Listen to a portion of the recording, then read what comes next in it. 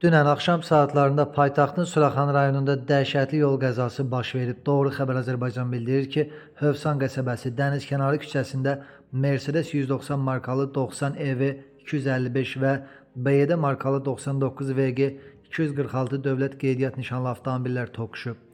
Nəticədə 1998-ci il təvəllüdlü Cəfərli Əlican Əloğlu aldığı xəsarətlərdən həlak olub, daha 3 nəfər isə müxtəlif dərəcəli xəsarətlər alıb. Faktla bağlı cinayət işi başlanılıb, araşdırma aparılır. Yenilənmiş bir xəbəri nəzərinizə çatdırıq. Belə ki, Azərbaycan Kinematoqrafçılar İttifaqının İdarə Heyətinin üzvü, xalq artisti Şükufə Yusupova ağır yol nəqliyyat hadisəsi keçirib. Bu barədə Azərbaycan Kinematoqrafçılar İttifaqı məlumat yayıb.